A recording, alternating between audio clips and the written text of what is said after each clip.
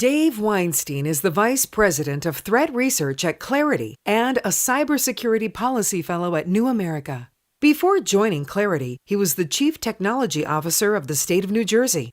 Please welcome Dave to the S4 main stage.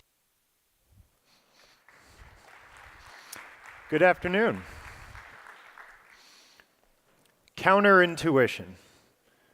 We've all encountered counterintuition in our day-to-day lives, in our professional lives. The manifestation of ideas that are seemingly contrary to common sense. Perhaps the best example of counterintuition in the history of mankind was this crazy notion that the Earth is in fact spherical, not flat.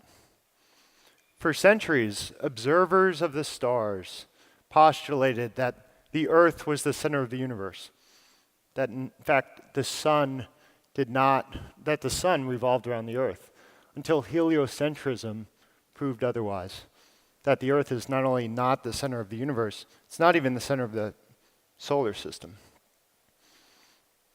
The laws of physics routinely defy our intuition. For example, take an elephant and a baseball. If you drop an elephant and the baseball from an airplane at precisely the same time, our intuition says that surely the elephant will reach the ground before the baseball. Newtonian mechanics, by contrast, proves that in fact an object's mass has no bearing whatsoever on its downward velocity. And in fact, both objects will reach the ground at precisely the same time.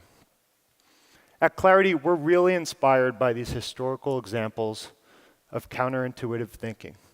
And we apply them to some of the most vexing cybersecurity challenges and questions facing the industrial environment.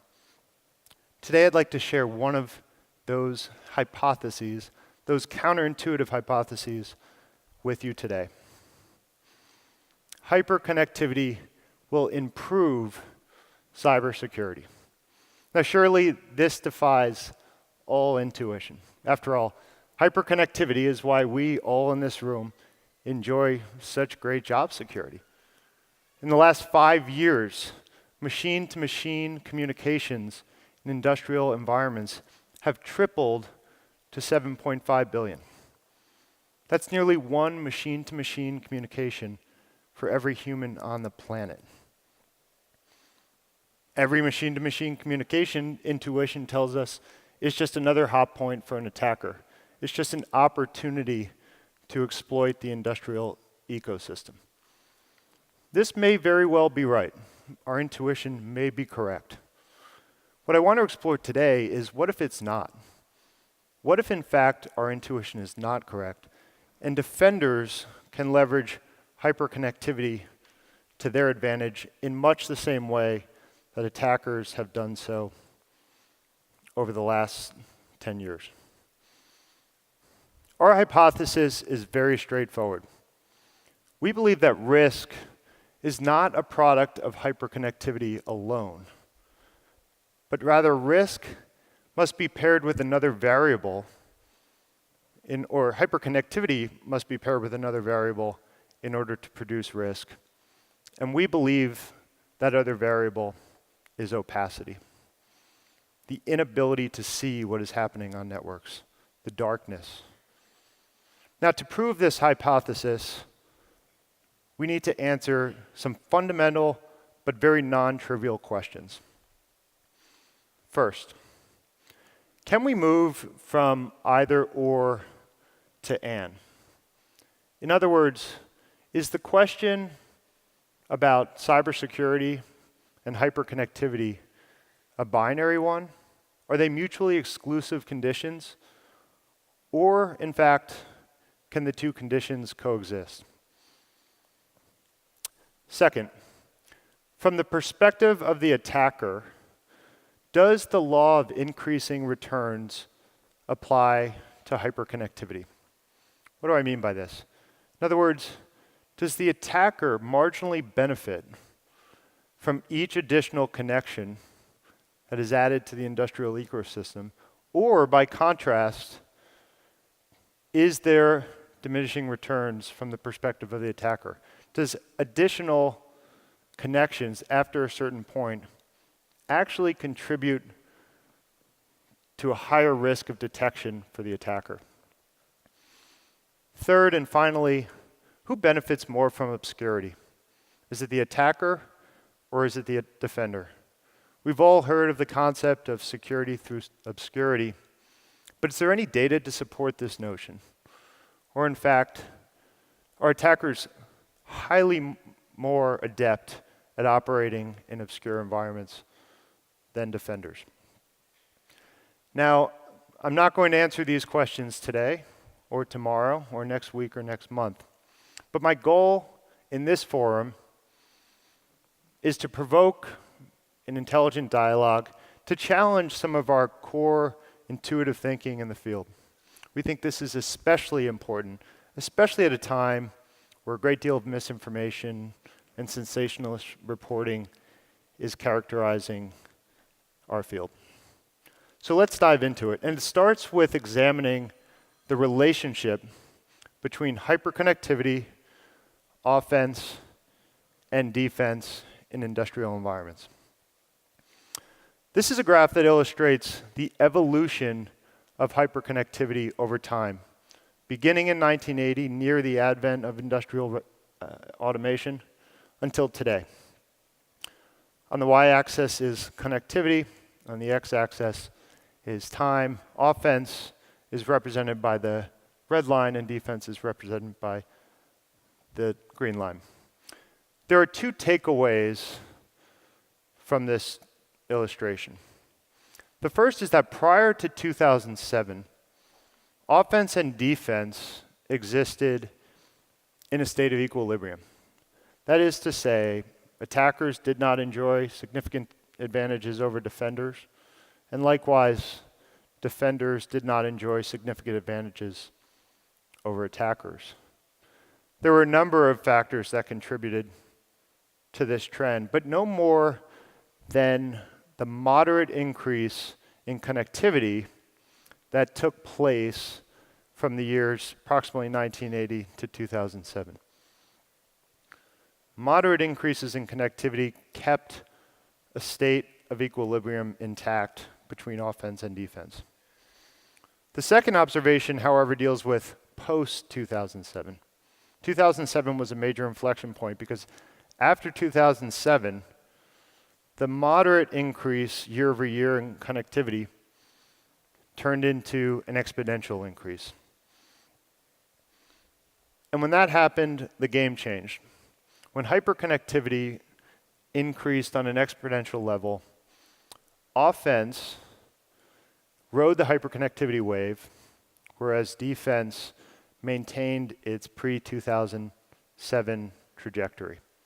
Now, there's a number of reasons why that happened, but largely speaking, attackers adjusted to the newly hyperconnected environment. They literally modified their TTPs to exploit this technological trend. The result is straightforward, and I think it's why we're all here today. The result is a major delta, a huge disparity between offense and defense. And it's our mission to figure out how to return the state of industrial security to pre-2007 levels of equilibrium. Now, logically speaking, there are two ways to do this. One way is intuitive, not wrong, but intuitive. And the other way is a little more counterintuitive. Let's begin with the intuitive approach. Inverting the hyperconnectivity curve, right? And here I have to credit some of the excellent work that our good colleagues at the Department of Energy have done. Consequence-driven, cyber-informed engineering, which in many respects is geared towards inverting the hyperconnectivity curve, reversing some of the trends, especially as it relates to industrial and critical infrastructure environments that have persisted over the last decade, decreasing the dependency of critical functions on digital technologies and the internet. Now, logically speaking, CCE and inverting the hyperconnectivity curve is a really pragmatic approach. It works for some organizations better than others, but it assumes to a degree that there's going to be a demand, or a decrease in demand, I should say, for hyperconnectivity. So what about the case studies in which that demand will not exist? What about the organizations that value hyperconnectivity so much that they're unwilling to invert the curve? That takes us to option number 2, which is a bit more counterintuitive. Increasing the slope of the defensive curve. Here we're talking about defense catching up with offense in a manner that leverages hyperconnectivity to their advantage, just as attackers have done since 2007. Now this looks really nice on a slide. It sounds really pragmatic. But the real question is, how does this take place practically? What does it mean for defense to catch up to offense, to leverage hyperconnectivity? How is it measured in this post-2007 age?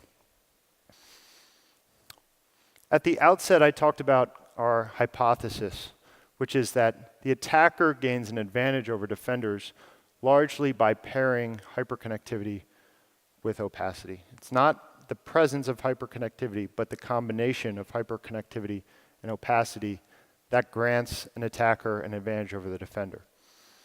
So we asked ourselves at Clarity, what could we replace opacity with in order to invert this paradigm? How can we grant the defender an advantage over the attacker? And the answer we arrived at is visibility. Hyperconnectivity plus visibility is what grants a defender an advantage over the attacker in an industrial environment. Now, to understand this, we have to figure out how to measure this advantage. Let's talk about the APT factor for a second, because after all, most of us are chiefly concerned with the APT over other threats.